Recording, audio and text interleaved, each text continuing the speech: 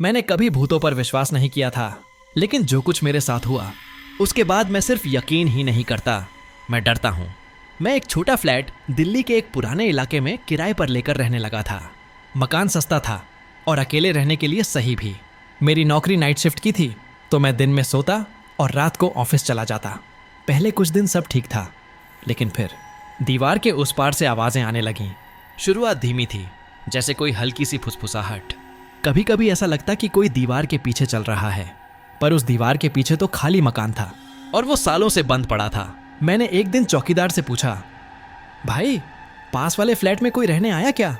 वो एक पल को चुप रहा, फिर बोला, नहीं साहब, वो तो 4 साल से बंद है। उसके बाद से कोई आया ही नहीं। मैंने हंसकर टाल दिया, लेकिन उस रात जब मैं सो रहा था मुझे किसी के रोने की आवाज़ आई। धीरे धीरे वो आवाज़ें तेज होने लगीं। कभी कोई बुदबुदाता, कभी किसी के पैरों की आहट, और एक दिन तो मुझे साफ साफ सुनाई दिया, मुझे बाहर निकालो। मैं कांप गया। मैंने दीवार से कान लगाकर सुनने की कोशिश की। यहाँ बहुत अंधेरा है। किसी औरत की बहुत धीमी टूटी हुई आवाज़ थी। मैंने दीवार को ठोका। दूसरी ओर से भी हल्का सा ठोकने की आवाज़ आई। अब यह मजाक नहीं रहा। मैंने हिम्मत करके पास वाले फ्लैट की खिड़की से झांकने की कोशिश की, लेकिन अंदर सब कुछ धूल में डूबा था, कोई नहीं था। अगली रात जब मैं सो रहा था मुझे लगा जैसे कोई मेरे कमरे में है। मैंने आंखें खोली और देखा दीवार में से एक धुंधली परछाई निकल रही थी। उसके बाल गीले थे, जैसे किसी ने उसे पानी में डुबोया हो। आंखें सुर्ख लाल थीं और चेहरा जैसे सड़ चुका हो।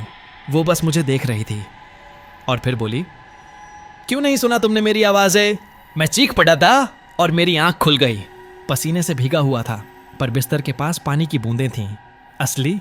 मैंने अगली सुबह पड़ोसियों से पूछा। एक बूढ़ी औरत बोली, बेटा उस फ्लैट में पहले एक नई नवेली दुल्हन आई थी। उसके पति ने दहेज के लिए उसे मार डाला और लाश को दीवार के पीछे छिपा दिया।